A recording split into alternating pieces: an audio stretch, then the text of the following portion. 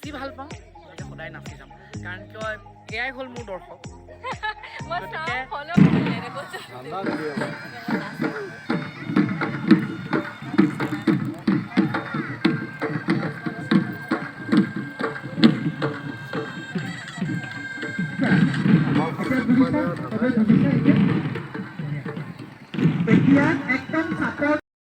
সকললৈ আৰু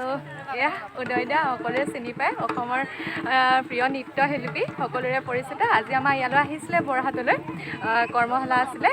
10 দিনীয়া কৰ্মশালা উদয়দা 5 দিন আছে আমাৰ মাজত সকলোৰে ভাল লাগিছে আৰু উদয়দাৰ পাইছোঁ ইমান ওচৰৰ পৰা খুবেই ভাল লাগিছে আমিতো ইমান তেনেদৰে পোৱা নহয় আজি ভাল লাগিছে খুবেই সুখী আৰু উদয়দাটো বহুত সত্ৰীয়াৰ পৰা বহুতখিনি আপোনাৰ নৃত্যৰ ওপৰত হেৰি আছে ন মই সত্ৰীয়া শিকিছিলোঁ কমপ্লিট কৰিবলৈ নাপালোঁ বাৰু সত্ৰীয়া আনন্দ ছাৰৰ ওচৰত শিকাম বিহু একেবাৰে সৰুৰ পৰাই শিকিছিলোঁ আৰু বৰ্তমান ছ'চিয়েলৰ লগত জড়িত আপোনাৰ মোৰ ফেচবুক ফলোৱাৰ এটা যে আছে আউখি তমখা এই যে হেৰিটো আছিলে আহিনৰ আবেলি এটা আছিলে তমখা মই সেইটো চাওঁ আৰু তাৰ পৰা কিছুমান শিকি দিওঁ নাচ ভাল লাগে সেইবিলাক চাওঁ মই একচুৱেলি সেইটো কাৰণেই মোৰ ফেচবুকতে হওক ফেচবুকত বৰ বেছি এক্টিভ মই নহয় আচলতে ইনষ্টাগ্ৰামটো বেছি এক্টিভ হৈ থাকোঁ কিন্তু মোৰ লক্ষ্যৰ উদ্দেশ্যটোৱে হ'ল সেইটো যে যদি অকণমান নাচৰ জৰিয়তে বা অকণমান এনেকুৱা ষ্টেপৰ জৰিয়তে যদি 10জন আৰু অন্যান্য ব্যক্তি উপকৃত হয় তেনেহ'লে মোৰ ভাল লাগে বহুতে কয়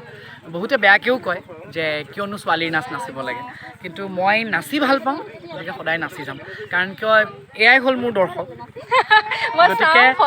আজি সেইখিনি হয়তো নাচিছোঁ কাৰণে তেওঁ চাই পেলাই ভাল পাইছে বা 2টা ষ্টেপ কৰিবৰ কাৰণে চেষ্টা কৰিছে গতিকে মানুহে সদায় এটা কামেই কৰিব লাগে যিটো কামেদি আৰু 10জনৰ উপকাৰ হ'ব পাৰে গতিকে নাজানো মই কিমান দূৰ কি কৰিব পাৰিছোঁ কিন্তু সদায় চেষ্টা কৰিম যাতে নাচৰ জৰিয়তে অকণমান হ'লেও কাৰোবাৰ কিবা মই মানে হেঁপাহ পূৰাব পাৰোঁ আৰু এতিয়া আমাৰ বৰহাটতে আমাৰ মহিলাসকলে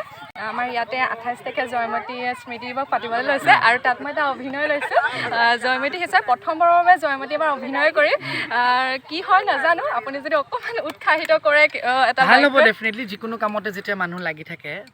যিকোনো কৰ্মতে যেতিয়া ভাল কৰ্ম এটাত মানুহ লাগি থাকে ডেফিনেটলি ভাল হ'ব গতিকে গোটেইখিনি মহিলাৰ যিখিনি আপোনালোকৰ লগত জড়িত আছে সকলোকে মোৰ ফালৰ পৰা শুভেচ্ছা আৰু নতুন আহিব লগা ছবিখন হৈছে মোৰ গংগা এখন বুৱতী খুঁটি গতিকে মুখ্য ভূমিকাত আছে আপোনালোকৰ সকলোৰে পৰিচিত মৰমৰ শিল্পী প্ৰস্তুতি পৰাশৰ আৰু এগৰাকী কণমানি শিশুশিল্পীয়ে অভিনয় কৰিছে অৰূপ বৈশ্য আছে লগত গতিকে আশা কৰিছোঁ আপোনালোক সকলোৱে ছবিগৃহলৈ আহিব আৰু মে' মাহত আমাৰ এই ছবিখনে মুক্তি লাভ কৰিব গতিকে আশা কৰিছোঁ ৰাইজে সঁহাৰি দিব অসমীয়া ছবি বচাই আৰু বেছি সময় আৰু আপোনাৰো অকণমান সময় ইমানখিনি সময় ওলাইছে তাৰ মাজতে এটা কথা সুধোঁ শেষত মানে আমাৰ নৱপ্ৰজন্মৰ যুৱক যুৱতী সকলো ল'ৰা ছোৱালীলৈ যদি এটা সুন্দৰ বাৰ্তা মোৰ চেনেলৰ পৰা যদি আগবাঢ়ে মই এটাই ক'ব বিচাৰিম যদি জানে যে নিজে যিটো কাম কৰি আছে সেই কামটো শুদ্ধ সত্য তাত কোনো ধৰণৰ আনৰ অহিত নহয় তেনেকুৱা কাম যদি কোনোবাই আপোনাক কৰি থকা অৱস্থাত যদি মানা কৰে তেনেহ'লে এজন মানুহৰ কথা শুনি পেলাই নিজৰ ভাল কামটো কেতিয়াও বন্ধ নকৰিব কাৰণ এই পৃথিৱীখনত 70 মিলিয়নমান মানুহ আছে চাগে মই ইমান ভালকৈ নাজানো এই ইমানখিনি মানুহৰ ভিতৰত এজন মানুহে যদি আপোনাক কিবা এষাৰ বেয়া কথা কয় তেতিয়া মনত ৰাখিব আপুনি নিশ্চয় এটা ভাল কাম কৰিছে গতিকে ভাল কামত কেতিয়াও জটি ফুৰিবলৈ নিদিব থেংক ইউ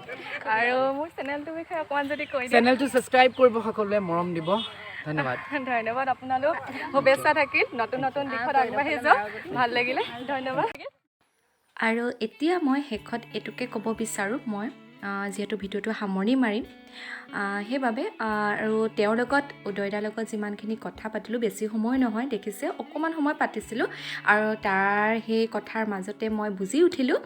যে তেওঁৰ যিটো প্ৰতিভা তেওঁৰ দুটামান ষ্টেপ আনক শিকাবলৈ চেষ্টা কৰিছে তেওঁৰ লগতে তেওঁ আন দুজনকো হাতে হাত ধৰি পেলাই আগুৱাই যোৱাত সহায় কৰিছে সেইটো বহুত ডাঙৰ কথা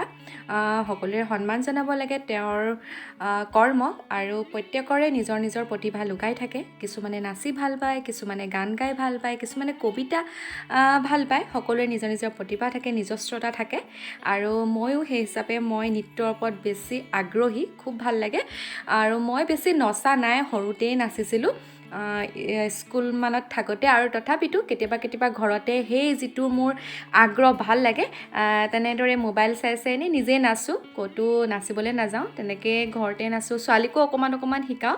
সেইবাবে তেওঁৰ নৃত্য মই আগৰ পৰাই ভাল পাওঁ উদয় দাৰ। এতিয়া নহয়, আমি যেতিয়া স্কুল কলেজত পঢ়িছিলোঁ তেতিয়াৰ পৰা তেওঁ টিভিত কিছুমান দেখুৱাই থাকে নৃত্যৰ কিছু অনুষ্ঠান, তেতিয়া চাওঁ, দুই এটা ভাল পাওঁ। সকলোৰে নৃত্যৰ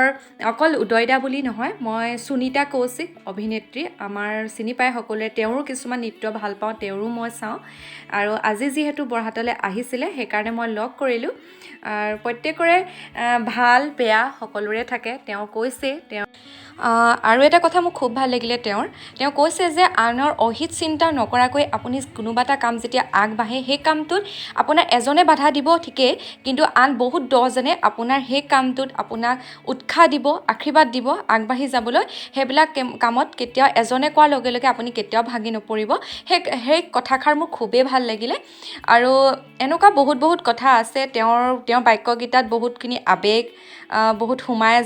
আছে যেন মোৰ লাগিলে, অনুভৱ হ'ল। আৰু যদি ভিডিঅ'টো শেষলৈকে চাইছে যদি আপোনালোকে বুজি উঠিব। আৰু শেষত বিশেষ একো নকওঁ, তেওঁৰ ব্যক্তিত্বক মোৰ ভাল লাগে, তেওঁৰ কৰ্মক মোৰ ভাল লাগে। আৰু কৰ্ম আৰু ব্যক্তিত্ব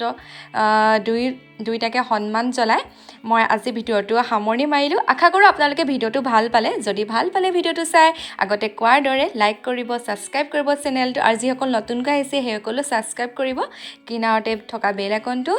অল কৰি দিব, আৰু নতুন নটিফিকেশ্যনবোৰ পাই থাকিব, ভিডিঅ'বোৰ পাই থাকিব। আজিলৈ ধন্যবাদ, সকলো কুশলে থাকক, বাই বাই।